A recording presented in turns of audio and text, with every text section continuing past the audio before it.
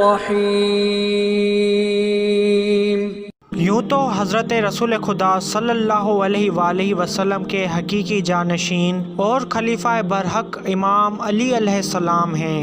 بعد رسول امامت کا دور شروع ہو جاتا ہے اور حضرت امام علی علیہ السلام پہلے تاجدار امامت ہیں، لیکن ظلم تو یہ ہے کہ بعد رسول امام علی علیہ السلام کی بیعت کے بجائے حضرت ابو بکر، پھر عمر، پھر عثمان کی بیعت کی گئی اور امام علیہ السلام کو ان کے منصب سے محروم رکھا گیا۔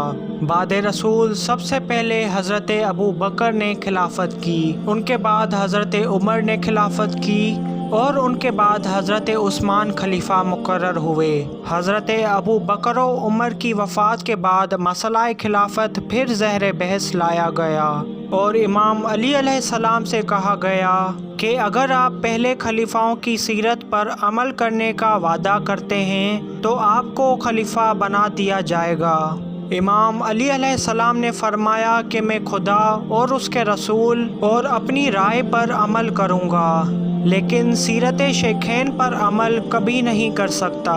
بس اس فرمان کے بعد لوگوں نے حضرت عثمان ابن عفان کو خلیفہ بنا دیا۔ حضرت عثمان نے اپنے دور خلافت میں بڑے بڑے اصحاب رسول کو جلا وطن کیا۔ صحابی رسول حضرت ابوذر غفاری کو بھی جلا وطن کیا اور اسی بے وطنی کی عالم میں حضرت ابوذر کی شہادت ہو گئی۔ بیت المال کے مال میں بے جا تصرف کیا، اپنی لڑکی کے لیے محل تعمیر کرائے۔ مروان ابن حکم، جس پر حضرت رسول خدا نے لعنت کی تھی، اس کو اپنا داماد اور وزیر اعظم بنا لیا۔ مروان ابن حکم حضرت رسول خدا کے حکم سے شہر بدر ہو چکا تھا، اسے حضرت عثمان نے ہی اپنے شہر میں داخلہ دی، یہاں تک کہ حضرت ابو بکر اور عمر نے بھی اسے کبھی بھی شہر میں داخلہ ہونے کی اجازت نہیں دی تھی۔ سیدہ فاطمہ سلام اللہ علیہا کی سرزمین فدق مروان ابن حکم کے حوالے کر دی اور معزز ترین اصحاب رسول کو پٹوایا۔ گزرے ہوئے دور میں جو قرآن مجید رائج تھے انہیں جمع کر کے جلوا دیا۔ جن اصحاب نے اپنے قرآن نہ دیے انہیں مسجد میں اتنا پٹوایا کہ ان کی پسلیاں ٹوٹ گئیں۔ ام المومنین حضرت عائشہ کا وظیفہ بند کر دیا اور حضرت محمد بن ابو بکر کو قتل کرنے کی پوری سازش کی۔ انہی حالات کی وجہ سے نتیجہ یہ برآمد ہوا کہ حضرت عائشہ نے لوگوں کو حکم دیا کہ اس لمبی داڑھی والے کو قتل کر دو۔ اس فرمانے کے بعد حضرت عائشہ حج کرنے کو تشریف لے گئیں اور حضرت عائشہ کے جانے کے بعد لوگوں نے حضرت عثمان کو قتل کر ڈالا۔ جب مکہ میں حضرت عائشہ کو قتل عثمان کی اطلاع ہوئی تو حضرت عائشہ بہت خوش ہوئیں۔ مورخین نے لکھا ہے کہ حضرت عثمان کے جنازے پر حضرت امام علی علیہ السلام مدینے میں ہونے کے باوجود نماز جنازہ نہیں پڑھ سکے اور ان کی لاش کوڑے میں ڈال دی گئی، جس کی وجہ سے کتوں نے ایک ٹانگ کھا لی۔ الغرض حضرت عثمان 18 ذی الحجہ 35 ہجری یوم جمعہ کو 88 سال کی عمر میں قتل ہو کر یہودیوں کے قبرستان میں دفن ہوئے۔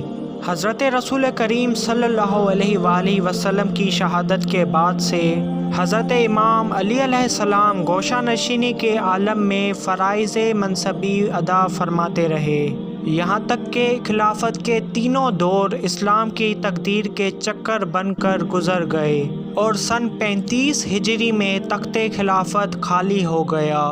24 سال کی مدت حالات کو پرکھنے اور حق و باطل کے درمیان فیصلہ کرنے کے لیے کافی ہوتی ہے۔ بالآخر اصحاب اس نتیجے پر پہنچے کہ تخت خلافت بغیر کسی شرط کے امام علی علیہ السلام کے حوالے کر دینا چاہیے۔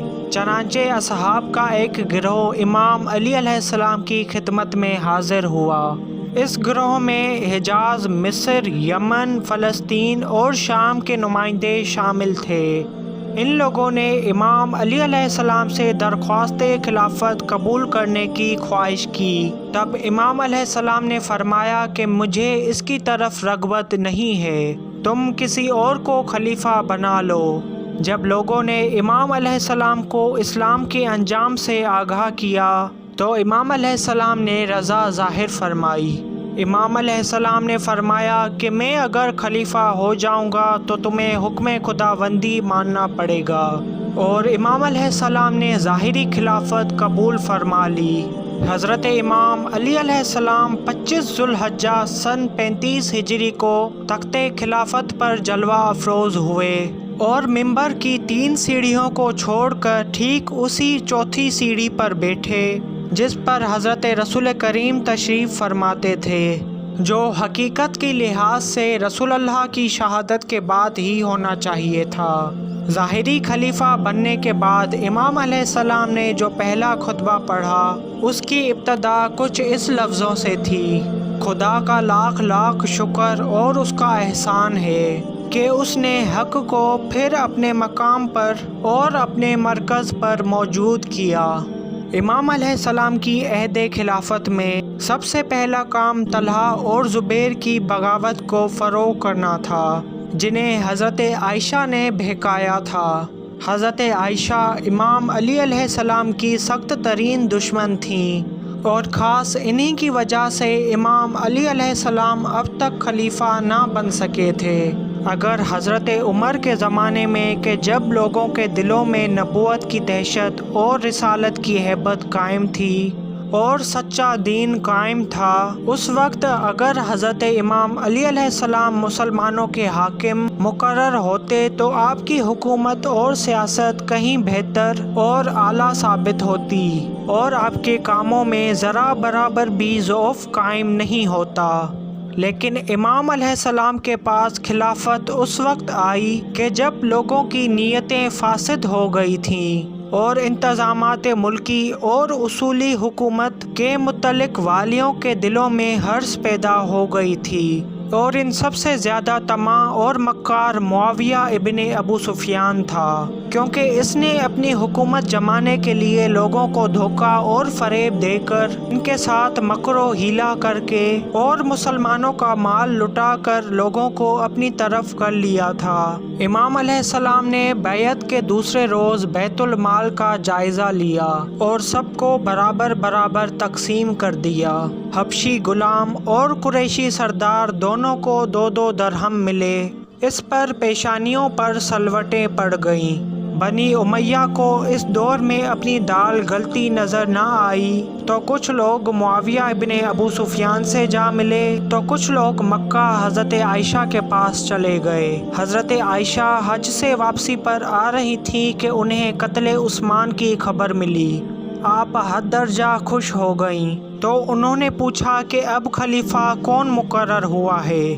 بتایا گیا کہ اب خلیفہ علی ابن ابی طالب ہیں۔ یہ سن کر بالکل خاموش ہو گئیں۔ تب عبداللہ ابن سلمہ نے پوچھا، کیا آپ عثمان ابن عفان کی مذمت اور علی ابن ابی طالب کی تعریفیں نہیں کیا کرتی تھیں؟ تو اب ناخوشی کا سبب کیا ہے؟ فرمایا، آخری وقت میں عثمان نے توبہ کر لی تھی، اب میں اس کا قصاص چاہتی ہوں۔ بس حضرت عائشہ نے اعلان کیا کہ جو بھی شخص اسلام سے ہمدردی کرنا چاہتا ہے اور خلیفہ عثمان کا بدلہ لینا چاہتا ہے، اگر تو اس کے پاس سواری نہیں ہے تو اس کو سواری دی جائے گی۔ بس حضرت عائشہ امام علی علیہ السلام کی پرانی اور ہمیشہ سے دشمن تھیں۔ ان کی عداوت اس قدر بڑھ گئی کہ امام علیہ السلام کو معزول کرنے کے لیے ایک فوج جمع کر لی۔ امام علیہ السلام کو ایک دوسری دقت یہ پیش تھی کہ سارا عالم اسلام ان اموی عالموں اور حاکموں سے تنگ آ گیا تھا جو حضرت عثمان کے عہد حکومت میں معمور تھے۔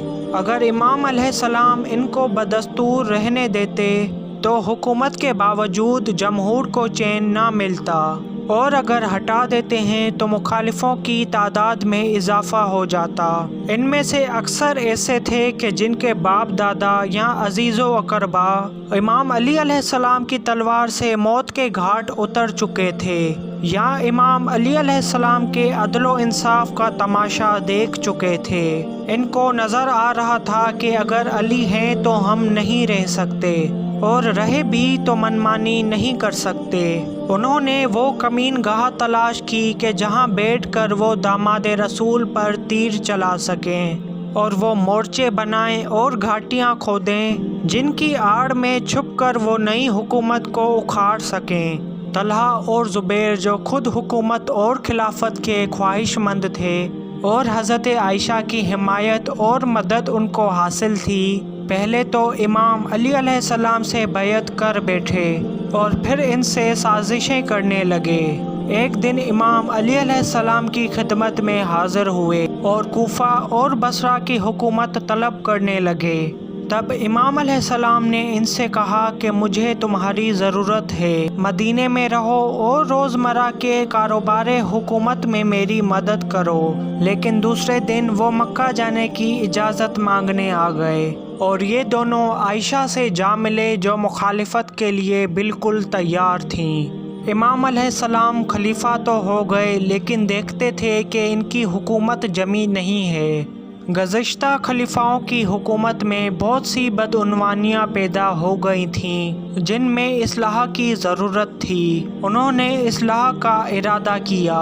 پہلی اصلاح یہ تھی کہ گورنر ہٹا دیے جائیں۔ لوگوں نے ان کے اس عمل پر موافقت نہ کی لیکن امام علیہ السلام نہ مانے اور گورنروں کی تقرری فرما دی۔ آپ نے حالات کے پیش نظر اس عہدے پر زیادہ تر ان لوگوں کو فائز کیا جن پر امام کو کامل اعتماد تھا اور جو سابقہ خلافتوں میں اپنے حقوق سرداری سے محروم رکھے گئے تھے۔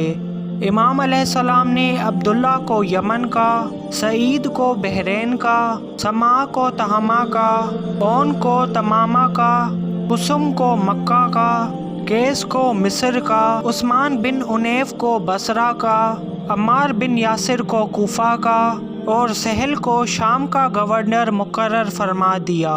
امام علیہ السلام کو یہ صلاحیں دی گئیں کہ معاویہ کو اپنی جگہ پر رہنے دیں، لیکن امام نے ایسی کسی صلاحوں پر توجہ نہ دی اور قسم کھائی کہ میں منحرف راستوں پر عمل نہیں کروں گا، اور امام علیہ السلام نے سیدھے طور پر جواب دیا کہ میں امت رسول پر برے لوگوں کو حکمران نہیں رکھ سکتا۔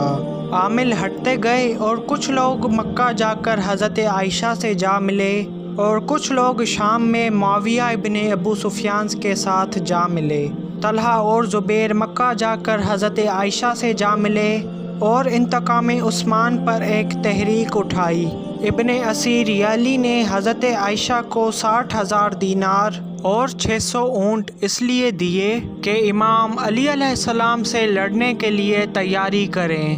انہی اونٹوں میں ایک بڑے قد کا نہایت عمدہ اونٹ بھی تھا جس کا نام عسکر تھا۔ اسی عسکر نامی اونٹ پر سوار ہو کر ام المومنین جناب عائشہ، داماد رسول اور امیر المومنین امام علی ابن ابی طالب علیہ السلام سے لڑنے کے لیے آئیں، اور اسی اونٹ کی وجہ سے اس جنگ کو جنگ جمل کہا جاتا ہے۔ امیر المومنین مولائے کائنات امام علی علیہ السلام کی زندگی پر مبنی میری اس ڈاکومنٹری کا 7واں پارٹ تھا۔ تو اگر آپ کو میری یہ ویڈیوز پسند آ رہی ہیں تو ویڈیو کو لائک کریں اور چینل کو لازمی سبسکرائب کریں۔ اسی کے ساتھ اہل بیت راہ نجات سے شہباز حیدر کو دیجیے اجازت۔ اللہ حافظ۔ اللہم صل علی محمد